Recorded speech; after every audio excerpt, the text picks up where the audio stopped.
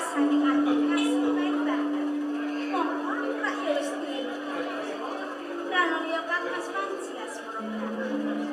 Ing kasunyatan.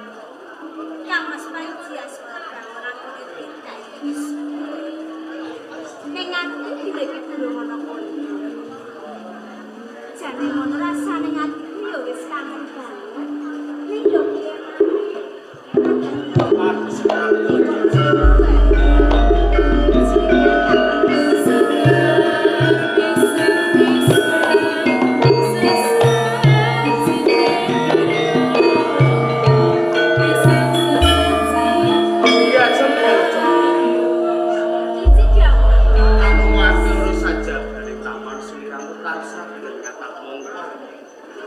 Anggermu selir mapan ana ing taman kuwi kae jeneng kang didereke marang abdi. Satenane ana wigati apa. Kula namung ngantuk sak rawuh panjenengan Kang. Awit sampun dangu jenengan. Ya, dereng wonten mundur ngantos sakit. Diajeng galejok. Wis segede pangapurane diajeng. Yen to saben dinane Kang Mas kuwi tansah ngiwakake marang sliramu. Ora teges Kang Mas kuwi ra tresna marang sliramu ora. Mergo akeh pakaryan sing kudu tak rampungke diajengan. Kang Mas Panji. Anggen kula ngantuk sak panjenengan. Panjenengan kula sampun kapan sanget dumateng panjenengan Kang Mas. Dangu saged kula menika boten saged ninggal kalih panjenengan Kang Mas. Upama sliramu kuwi kangen marang Kang Mas kuwi wis lumrah. Mergo aku lan sliramu iki wis temanten, saya-saya isih temanten anyar. Mestine saben dinane kepengin cedhak, kepengin lelaki marang Kang Mas kaya ngono. Satenane ra bedane karo setara sakit. Saben-saben Kang Mas kuwi netepi kewajiban, pun Kang Mas kuwi tansah kelingan wae marang sliramu. Kepengin cedhak, kepengin sanding, kepengin nyawang marang sliramu biasa. Nanging mergo akeh kewajiban sing tak rampungke, kabeh mau tak iwakake biasa. Kang Mas Panji asmara. Mumpung sak menika wonten kalodhangan.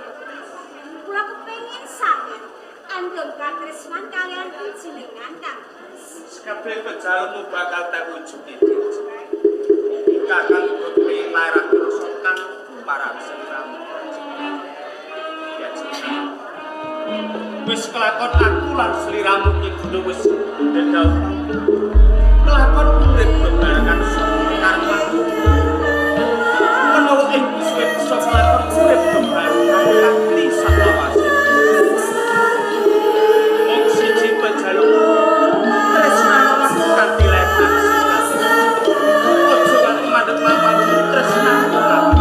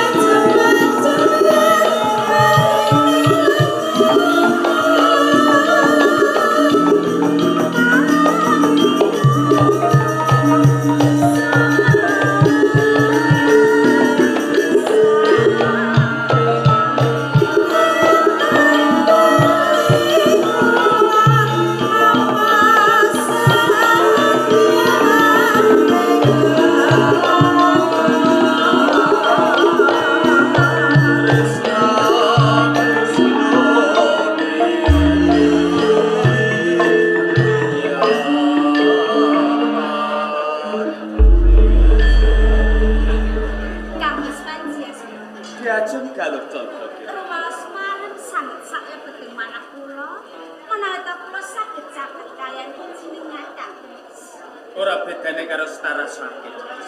Bungah sajroning ati. Nalikane bisa cedhak nyawa marang sliramu. Kang Mas Panjes. Estunipun wonten kalih dados ingkang badhe kuwaturaken dumateng panjenengan Kang Mas. Ana wigati si bakal kok bakake marang Kang Mas. Lajeng gelis sliramu bloko apa kang dadi wigatine mbok menawa wae. Kang Mas bisa ngudari apa sing dadi wetane atiku. Kang Mas, para menika kabar dina ninggal jenengan saha kula Kang. Kabar. Ngaten nggih. Awit sak menika kula sampun bobot Kang Mas. Sliramu bobot ya.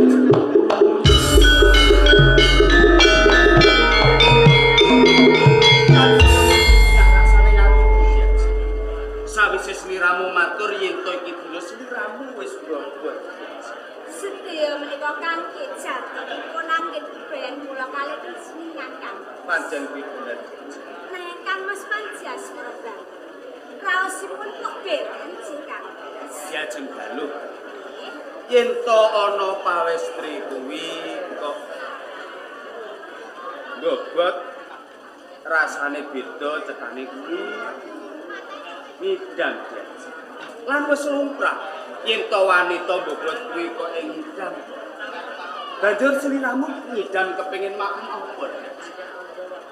Kang Mas, limrahipun tiyang ngidam menika lak nggih maem wowoan ingkang kecut. Sing seger-seger. Nggih, nanging benten kalian kula Kang Mas. Yen sliramu beda, lah bedane kepiye to? Kula kepengin maem woeng ketos Kang Mas. Kepengin makem kowe ketok.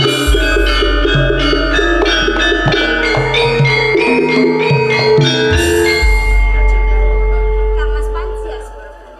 Apa sing kok aturke kuwi wis bener. Lumrahe yen to pawestri bobot kuwi kepengin makan sing seger-segeran, tuladane gajangan sing isih nom kae. Nanging kok sliramu kepengin makan wohe ketos. Apa ya ning jagat iki ana, Dias? Kula ugi mboten mangetosi Kang Mas. Nang sedaya menika panyuwun ingkang putra. Kamangka tiyang kathah menika sami mestani. Menawi ta wonten tiyang nidang, panyuwunanipun boten dipun udanani. Tertamtu putranipun nak dinten Kang Mas. Sliramu aja matur sing kaya ngono. Bot-bote Kang Mas kuwi tresna marang sliramu lan tresna marang Punang Jabang sing kok kandhut. Najan to wae ketos kae mapane ana ing pojoking jagat bakal tak. Bot-bote aku tresna marang sliramu. Panjenengan kersa ngupati. Bakal tak golek. Lajeng enjang menapa anggen panjenengan tindak Kang Mas. Saiki uga Kakang bakal goleki wohe ketos. Mung wae sadurunge Kang Mas tinggalake marang sliramu tak jebuk. Sliramu sing ati-ati mapan ana taman sawah. Jenengan boten sisa uwas lan sumelan Kang Mas. Bubar.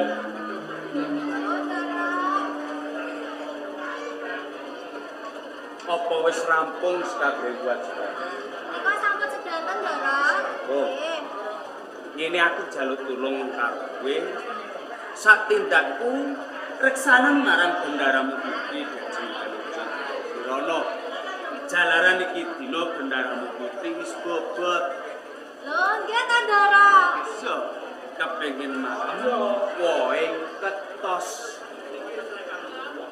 Nika wonten ta, Ndara? Mestine ana. Saka rumangsaku yen to diajeng galuh wis matur sing kaya ngono mestine ning jagat iki ana wohe. Lan aku bakal ninggalake karo diajeng galuh Candrakirana tak jaluk reksanan bendara putri kaya dene kowe reksa marang putri. Menawa ing mengkono ana beset kulite gedhe ceklek dane kuwi dadi tak jawab. Tak jaluk sengaja. Yen kaya ngono diajeng. Jenengan atas atas ya.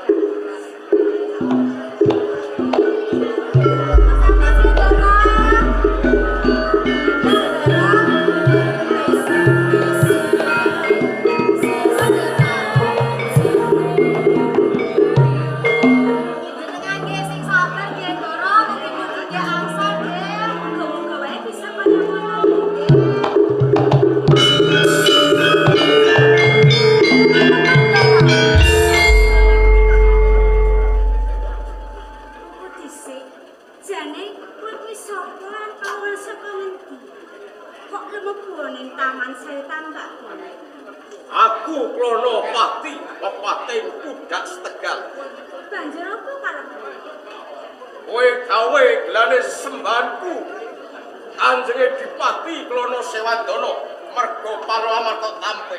Ya bisa kaya ngono.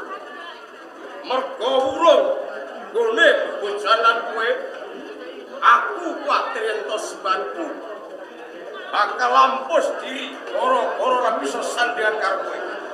Terus kuwi takso ing kene tak berada tak sewanke marang Kanjenge Dipati Klono Sewandana. Berada. Oh, lemah biasa.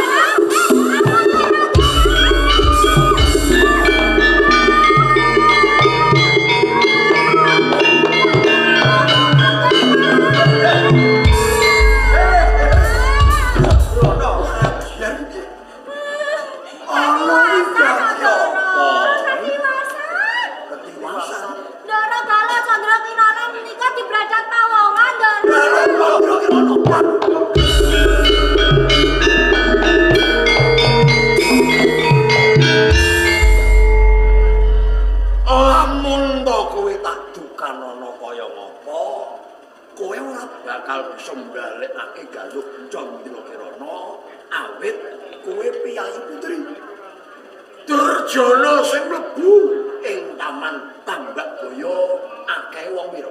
Tunggal, Ndara. Akeh wong siji. Nggih. Macake piye? Kene kok jaler, Ndara, beto lincipan ngoten lho, Ndara. Drikosen gedhe nih. Nggih, wonten lincipan ngoten lho. Ya, ono kowe manjing ing kapungkuran. Ya. Ya. Pamit, Ndara. Parto. Lho cilik. Pacobane Prajenggala manik. Tumpa tumpi, tumpuk undung. Babagan ambal warsa janggep selapan dinane ponang temanten durung kinabulake. Ewan dene wis ana salah suwijining pepacuk murcane Mbak Ayu Galuk Candra. Napa dawuh? Sira Jenggara saka ing kasatriyan upadinen Kang Masmu Panji Asmur bangun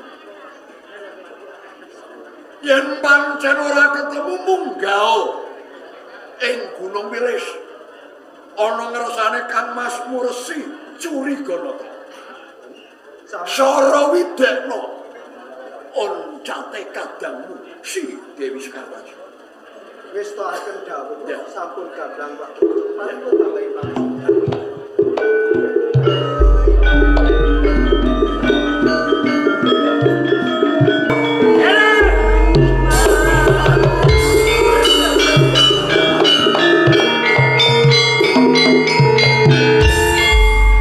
Dawuh nandalan sampun kula estokaken kula bradak Galuk Candra Kirana saking Taman Sari. Kakang ngerti Olowatih Klonowati. Ora Wiwit kalenggan iki bakal tak paringi ganjaran sing luwih dene unjuk agem panjenengan. matur nuwun Kanjeng, matur nuwun. Ore dene saiki wis bisa nemokake apa sing dadi pangidam-idam ati. Kono-kono tak keparengake mancing lan jaga-jaga ning tapal. Oh ngaten sih, sendika dawuh.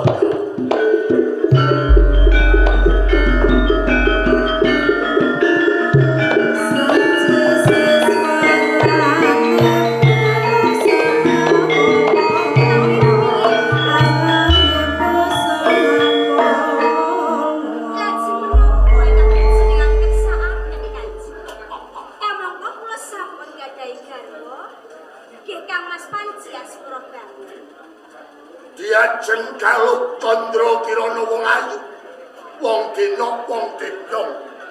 Tekamu yang papan kene pancen aku pengutusan lawan pepatihku supaya beradat saka ing Taman Jenggol Manik.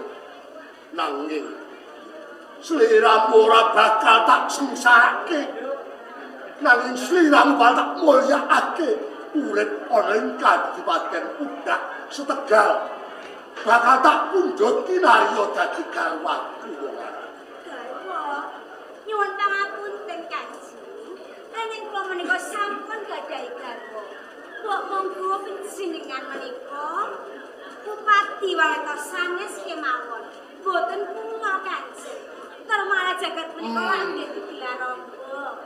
Kathah malestri ingkang endah sulistya ing warni Kanjeng. Galuh Candra Kirana bawaan Kang Maheswara. Bawaan wanita Kang Maheswara kuwi sok adaan nipsun junjung marang derajating Kyai Kakung. Kaya dene sliramu, kula pantes kalamun sliramu tak sengkakake dadi kalwaku. Kadipaten Pundak Tegal bakal mubra-mubru uripe kawula padha ngrasakake makmur gemah mripah roh jeneng.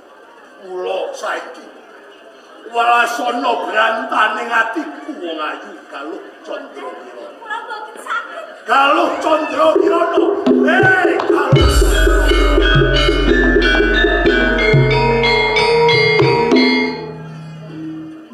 kaya dene rujet rasane atiku bareng kowe los tanpa pepoyan. Galuh Candra Kirana ya mlayu nganti temeka lak-lakane roko. Dari nganti temeka ing semut. Awawaton kowe sing kasat ing mripat. Galuh Candra Kirana Sekar Taji mandhap leren karo